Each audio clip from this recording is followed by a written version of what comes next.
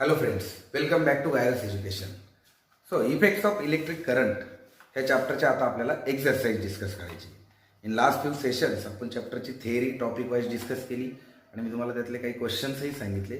In fact आपण काही सेशनमध्ये सॉल्व न्यूमेरिकलही डिस्कस केले. तर आपण एक्झरसाइजमध्ये जे 4 न्यूमेरिकल दिलेले आहेत पहिले ते डिस्कस करू and then will discuss the theory questions, right.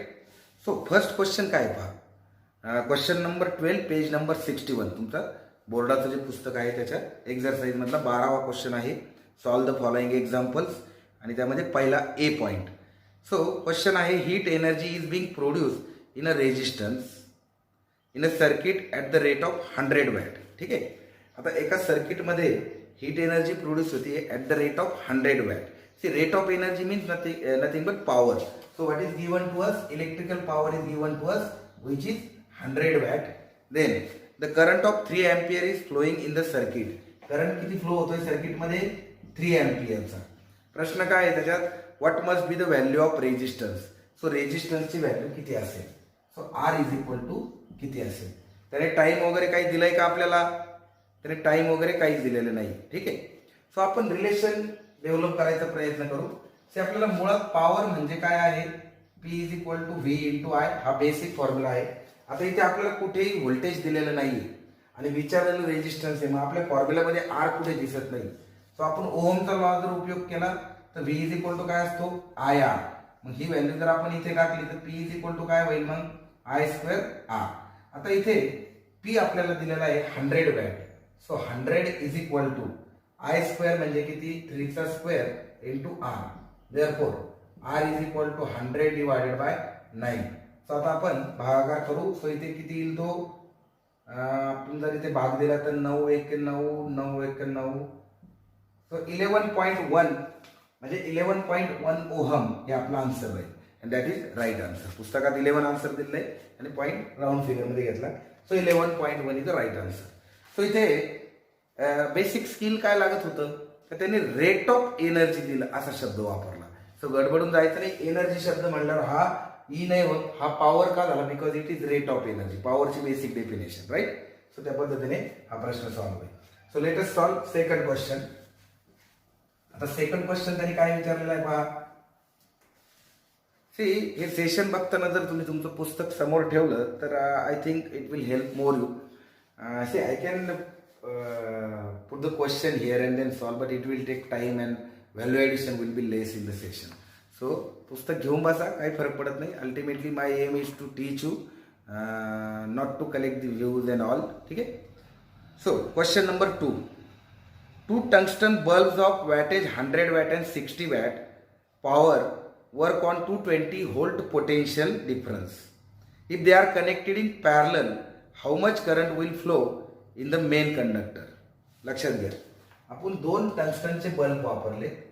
Power consume करतायत 100 वॅट आणि 60 वॅट. ठीक आहे. आता त्याने काय सांगितलं? If they are working on the potential V is equal to 220 volt. आता प्रश्न असा आहे का if they are connected in parallel how much current will flow in the main conductor. आता जर आपण हे बल्ब, हा एक बल्ब आहे, ठीक आहे, आणि हा दुसरा बल्ब आहे आपला. They are connected in parallel. See parallel आणि सिरीज अरेंजमेंट मध्ये फरक लक्षात घ्या. सिरीज अरेंजमेंट मध्ये अशी अरेंजमेंट होईल एका मागे एक आणि पॅरलल अरेंजमेंट मध्ये अशी अरेंजमेंट होईल एकाच पॉइंट मध्ये. सो डिफरन्स काय आहे का सिरीज पॅरलल अरेंजमेंट मध्ये व्होल्टेज रिमेन्स कॉन्स्टंट आणि सिरीज अरेंजमेंट मध्ये current remains constant. So here voltage across both the conductor is constant and that is both the bulb is constant and that is 220 volt. Now our intention is to find out current in the main conductor. So हा main conductor आहे जो दोघांनाही supply देतो, right. आता इथे तो conductor, हा इथे तो करंट चेंज होतोय. मग आता जर इथे आपण जर करंट बघितलं आय तर तो किती यायला पाहिजे? I1 plus I2, right. तो किती यायला पाहिजे? I1 plus I2. आता आपल्याकडे अवेलेबल इन्फॉर्मेशन मध्ये P1 P2 आणि V आहे. दोघांमध्ये रिलेशन काय आहे? P is equal to V into I. So आपण पहिल्या बल्ब साठी रिलेशन वापरू. P1 is equal to V into I1 कारण V कॉन्स्टंट आहे म्हणून इथं I1 इज इक्वल टू किती येणार आहे? P1 डिवायडेड बाय V म्हणजेच किती तो येईल 100 भागिले 220. सो तो किती येणार आहे आपला 10 भागिले 22 एम्पियर. आपण त्याला नंतर कन्वर्ट करू. तसंच I2 इज इक्वल टू काढला तो किती P2 भागिले V म्हणजेच 60 divided by again 220 that is 6 भागिले 22 ampere. Now total current is I is equal to हा इकडनं जाईल इकडं स्प्लिट होईल इकडं स्प्लिट होईल परत हा येताना इकडून एकत्र येईल. So ultimately it is I1 plus I2. आपण जर ती बेरीज केली तर 10/22 प्लस 6/22. सो 16 भागिले 22 भाग कितीचा जाईल 8/11 एम्पियर. आता त्याने जे उत्तर दिलेलं आहे ते किती आहे 0.72. So let us do the calculation. भाग जात नाही म्हणून 0 11 7 77 खाली किती उरले 3 11 दुने 22. ठीक आहे. So 0.72 ampere.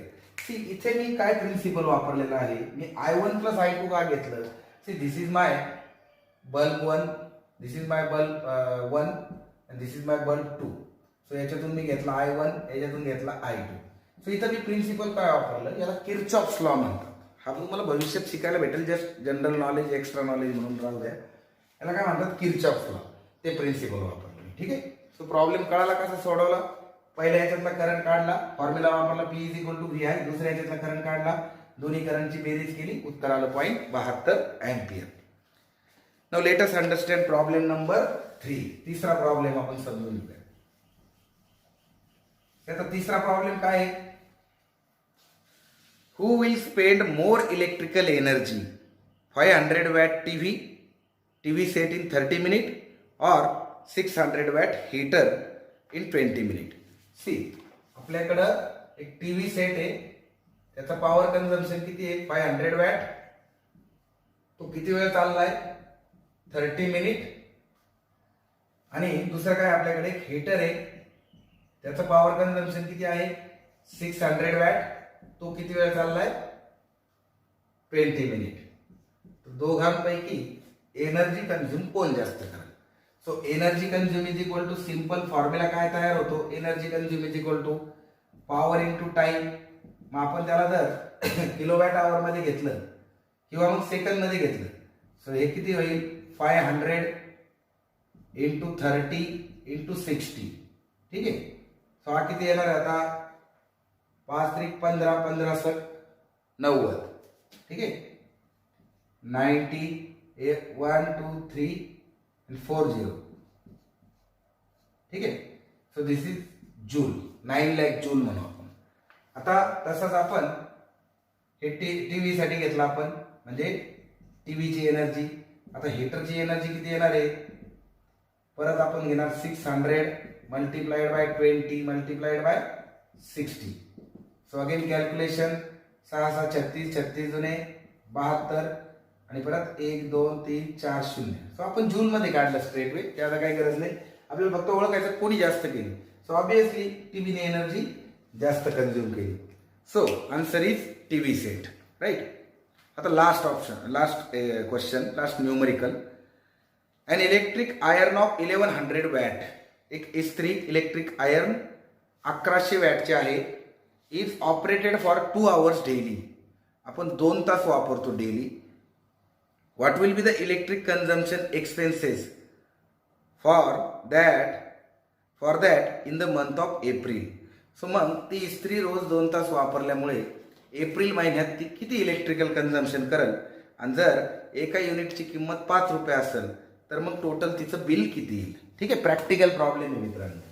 आपल्याकडे इस्त्री किती वॅटची आहे पॉवर कन्झम्पशन किती आहे इस्त्रीचं P इज इक्वल टू किती आहे 1100 वॅट. म्हणजे किती किलोवॅट झाली ती 1.1 किलोवॅट. रोज किती तास चालते ती 2 तास. मग एनर्जी कंझ्युम किती आहे energy consume per day is equal to काय तिची power rating multiplied by the time for which it is operated. आपण 1100 वॅटची म्हणजे 1.1 किलोवॅटची इस्त्री रोज 2 तास चालवतो तर किती पॉवर खाईल ती किती एनर्जी खाईल PT. मग आता इथे किंमत टाकू 1.1 into 2 so it will become 2.2 kilowatt hour. ही किती झाली straight way 2.2 kilowatt hour daily. ही डेली ही किती युनिट खाईल 2.2 किती पॉवर किती एनर्जी खाईल 2.2 किलोवॅट डेली खाईल ती. आता एप्रिल महिन्यात किती दिवस असतात. आता आपल्याला इथं आपलं जनरल नॉलेज कमी येईल. एप्रिल महिन्यात दिवस किती आहेत 30 असतात. ठीक आहे, एप्रिल महिना 30 दिवसाचा असतो. मला शुअर नाहीये, तुम्हाला आहे ना, आय डोंट नो, मी 30 धरून चालतो. सो 30 जर असेल so energy consumed in April is 2.2 into 30. मग किती झाले 2.2 into 30 म्हणजे किती येणार हा 30 दुने 60. ठीक आहे ना, 22 त्रिक 66. So 66 right. मल्टिप्लिकेशन करून पहा, इट इज 66. एक झिरो दिला आपण. ठीक आहे, 30 डेजचा. So 66 kilowatt hour. आता 1 kilowatt hour is equal to 1 unit. 1 kilowatt hour is equal to 1 unit of MSCB. So it will consume 66 units and therefore total expense तो किती येईल 66 गुणिले 5 रुपये. 66 गुणिले 5 करा, 6 पंचे 30, 6 पंचे 30 आणि 30 33, 330 रुपये. 330 रुपये. त्या इलेक्ट्रिक आयर्नचं एका महिन्याचं बिल किती येईल एप्रिल महिन्याचं 330 रुपये. आपला आन्सर बरोबर आहे, म्हणजे एप्रिलचे दिवस बरोबर होते. हे जर विचारलं तर मे मध्ये किती होईल, फेब्रुवारी मध्ये किती होईल. You have to just change the number of days, but the basic calculation is energy consume is equal to power into time. Right. So watt kilowatt मध्ये ज्या क्वांटिटीज दिलेल्या असतात त्या काय असतात पॉवर असतात. आणि नुसतं जूल मध्ये दिलेलं असेल डायरेक्ट तर डायरेक्ट एनर्जी असते. ठीक आहे, ओके. सो हे झाले तुमचे एक्झाम्पल्स. सो या प्रकारचेच एक्झाम्पल परीक्षेला अपेक्षित आहे. फक्त व्हॅल्यू बदलतील, इक्विपमेंटचे नावं बदलतील, कन्सेप्ट तेच आहे. Now let us understand the other questions in the exercise. आता आपण एक्झरसाइजला सुरुवातीपासून बघू. ठीक आहे. सो पहिला त्यांनी सांगितलं tell the odd one out. Odd one out म्हणजे काय, तुम्हाला एक 4-5 शब्द दिले जातात, त्यातले एक शब्द सोडून बाकीचे शब्द आहे ना एकच कुठल्या तरी कन्सेप्टशी एकाच फील्डशी रिलेटेड असतात, आणि एक शब्द ऑड असतो ज्याचा काही संबंध नसतो त्या फील्डशी. तुम्हाला तो ओळखायचा आहे. आपण एक्झाम्पल घेऊ.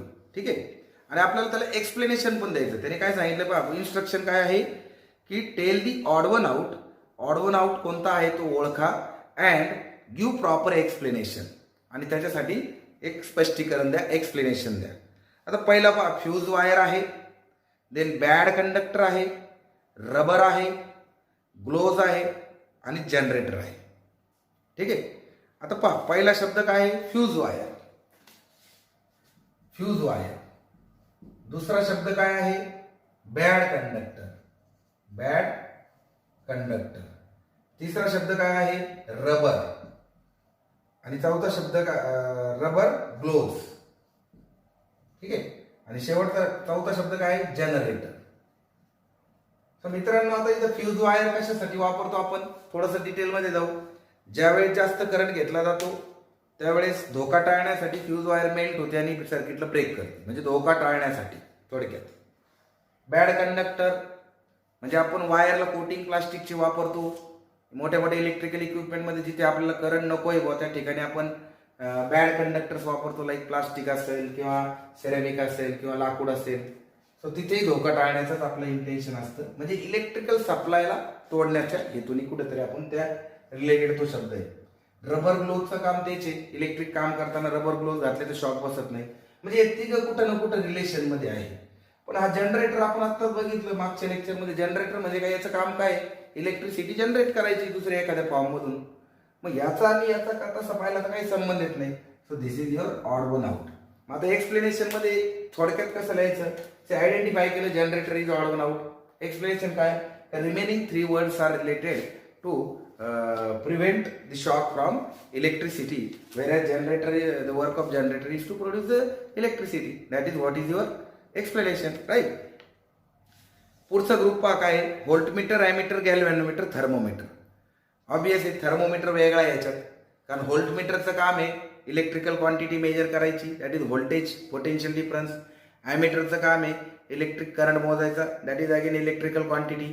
गॅल्व्हॅनोमीटर इज करंट सेन्सिंग डिव्हाइस.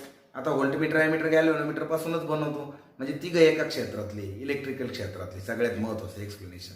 आणि थर्मोमीटरचं काम आहे टेम्परेचर मोजणं, म्हणजे इथं दोघांचाही संबंध. एक्सप्लेनेशन काय आहे का voltmeter ammeter galvanometer are electrically operated equipment, whereas thermometer is something which measures heat or related to heat, so it is odd one out. Then loudspeaker, microphone, electric motor आणि magnet. से आता loudspeaker मध्ये काय होतं, आपला आवाज मोठा होतो, म्हणजे काहीतरी इलेक्ट्रिकल कनेक्शन आहे, साऊंडचं सिग्नलचं रूपांतर ते करून त्याला ॲम्प्लिफाय करतो. त्यानंतर मायक्रोफोनमध्ये काय होतं, तोच प्रकार होतो मायक्रोफोनमध्ये सुद्धा, सिग्नलचं कन्व्हर्जन होतं इलेक्ट्रिकल, म्हणजे electrical involvement is there. Then electric मोटरमध्येही तेच होतं, काही एक एनर्जीचं स्वरूप मेकॅनिकल एनर्जीमध्ये होतं through the electricity, through the electrical arrangement. पण जर मॅग्नेट बघितलं तर it is different concept. Magnet itself is a separate field, so magnet is odd one out. ठीक आहे, सो तिथे त्या प्रकारचं एक्सप्लेनेशन देते.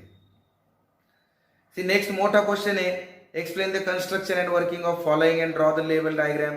Electric motor, electric generator, standard answer तयार करून ठेवा. प्रिन्सिपल लिहायचं, थोडक्यात कन्स्ट्रक्शन लिहायचं, काय काय असतं त्याच्यात, आणि वर्किंगमध्ये 1-2-3 ओळीत वर्किंग लिहायचं. हे स्टँडर्ड क्वेश्चन आहे, परीक्षेला ॲज इट इज विचारले जातात. Then electromagnetic induction means, electromagnetic इंडक्शनचा अर्थ काय आहे, आपल्याकडे 4 ऑप्शन आहे. चार्जिंग ऑफ इलेक्ट्रिक कंडक्टर, त्यानंतर production of magnetic field due to the current flowing, हे दोन्ही ऑप्शन नाही आहे. त्यानंतर generation of current in the coil due to the relative motion between the coil and magnet. This is the right option, right? So electromagnetic induction म्हणजे काय, generation of electric current with the movement in the conductor and magnetic field, right? त्यानंतर explain the difference between AC generator and DC generator. तुम्हाला readymade theory, you have to only identify the points, 3-4 points काढून ठेवा, standard answer आहे. त्यानंतर which device is used to produce electricity, describe with net diagram.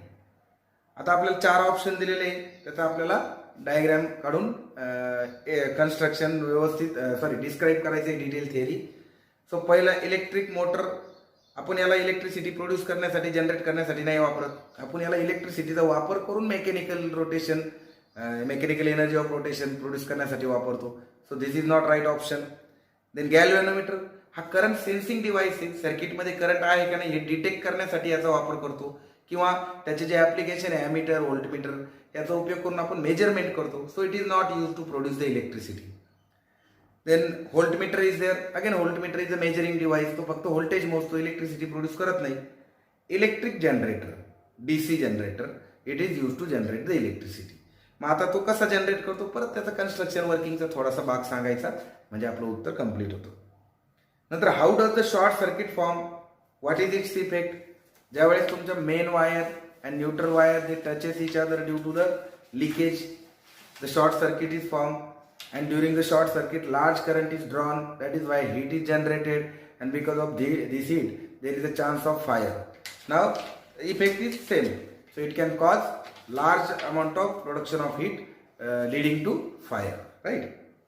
आता give scientific reasons. 7 नंबरचा question. C त्याच्यात आपल्याला 4 reasons विचारलेले, 1 by 1 पाहू. See tungsten metal is use to make a solenoid type coil in electric bulb. See in electric bulb, the bulb works on the principle that around the tungsten coil there are the gases inside the bulb. Now we have to produce heat in the coil such that the coil will become red hot, and then that energy is converted into light energy, and light will be spread in the surrounding. So since tungsten has large resistance, so whatever current is supplied to the coil that get converted into heat, आणि म्हणून आपण तिथे tungsten वापरतो. आणखी चांगली उत्तरं तयार करता येतील, थोडेसे गाईड वगैरे तुम्ही या ठिकाणी रेफर करून स्टँडर्ड लँग्वेज बघू शकता. See in the electric equipment producing heat, for example iron, electric heater, boiler, toaster etcetera, and alloy such as nichrome is used, not pure metal, because in all these equipments what we need is conversion of electrical energy to the heat energy, and for that we need a metal with large resistance.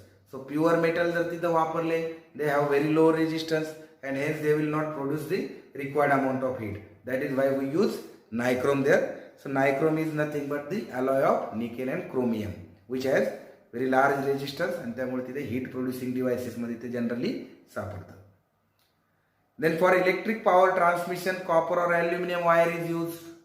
Electric power transmission साठी आपण copper किंवा aluminum wire का वापरतो because they causes less loss of electrical energy through the heat and other things. त्याचा resistance कमी असतो आणि म्हणून जास्तीत जास्त करंट ते पास करतात. सो इलेक्ट्रिकल लॉस कमी करतात. In practice the unit kilowatt hour is use for the measurement of electrical energy rather than joule. असं आपण का वापरतो बिकॉज जूल आणि त्याच्यामध्ये जर रिलेशन बघितलं तर 1 kilowatt hour is equal to 3.6 into 10⁻⁶ joule. So आकडे फार मोठे होतील and that is why we use this is the larger unit right आणि त्यामुळे आपण त्याचा वापर करतो. आणखी चांगलं रिझन शोधून ठेवा त्याच्यात. आता 8वा जो क्वेश्चन आहे तो काय आहे पहा का which of the statement given below correctly describes the magnetic field near a long straight current carrying conductor. See the magnetic lines of force are in the plane perpendicular to the conductor in the form of straight line. हे नाही दाखवत. The magnetic lines of force are parallel to the conductor. नाही. Then the magnetic lines of force are perpendicular to the conductor going radially outward. हे पण नाही दाखवत. आता शेवटचा आहे the magnetic lines of force are in concentric circles. आपण experiment केला होता ते गोल गोल असतात राईट. सो पहिले तिन्ही ऑप्शन मध्ये ते परपेंडिक्युलर आहेत बट ते गोल गोल आहेत राऊंड राऊंड आहेत कंडक्टर भोवती कॉन्सेंट्रिक सर्कल मध्ये. So D is the right option. 9वा क्वेश्चन सोलेनॉइड काय आहे. Compare the magnetic field produced by the solenoid with magnetic field of a bar magnet and draw the near net figures and same for various components. ठीक आहे. आता सोलेनॉइडचं magnetic field आणि बार मॅग्नेटचं magnetic field याच्यात basic फरक लक्षात घ्या. C बार magnet असा असतो तुमचा एन पोल कडून एस पोल कडे लाईन्स अशा पास होतात. ठीक आहे. सोलेनॉइड मध्ये कॉईल असते. सो करंट मॅग्नेटिक फील्ड परत तशाच प्रोड्यूस होतात but there are magnetic lines inside the solenoid also. That is the magnetic field is along the axis of solenoid also. In case of bar magnet there are no magnetic lines inside the bar magnet. हा basic फरक लक्षात ठेवा. अशा प्रकारचे diagram काढा आणि उत्तर complete करा. Let us understand the question number 10. Name the following diagrams and explain the concept. See तुम्हाला फ्लेमिंगचा राईट हँडल लेफ्ट हँड रूलच्या हाताचे डायग्राम दिले आहे. कोणतं बोट काय दर्शवतं हे तुम्ही लक्षात ठेवा. Then identify the figure and explain their use. आपल्याला आकृतीमध्ये MCB आणि फ्युजेसच्या फिगर दाखवलेल्या आहेत आणि जनरेटरची फिगर दाखवली आहे. तर आपल्याला थोडक्यात त्याची माहिती द्यायची. फ्युजेस कशासाठी वापरतो, जे आपण सर्किट ब्रेकर कशासाठी वापरतो. सो त्याचं थोडक्यात यूज तुम्हाला पुस्तकात थेरी वाचून 2-2 ओळीत ते लिहिता आलं पाहिजे. सो मित्रांनो इथे अशा प्रकारे हा चॅप्टर संपतोय. आय होप तुम्हाला मी शिकवलेलं आत्तापर्यंत समजलं असेल. मेनली न्यूमरिकल सॉल्व करा आणि ह्या छोट्या मोठ्या गोष्टी थरली रीडिंग करा. एक्सपेरिमेंट समजून घ्या. कन्क्लुजन न्या. 10वीचा कुठलाही फिजिक्सचा चॅप्टर हा अल्टिमेटली कन्क्लुजन काढलं तर एकाच पेजमध्ये निघतंय. त्यामुळे don't worry about the large answers and all. फार सिम्पल आहे. फक्त तुम्ही ते प्रॉपरली वाचलं पाहिजे. त्याच्या आपल्या सराउंडिंगमध्ये ते कुठं दिसतंय ते बघितलं पाहिजे. म्हणजे ऑब्झर्वेशन चांगलं पाहिजे राईट. सो डेफिनेटली तुम्हाला ते फिजिक्स पुढच्या फिजिक्ससाठी चांगला बेस तयार करेल. Thank you very much.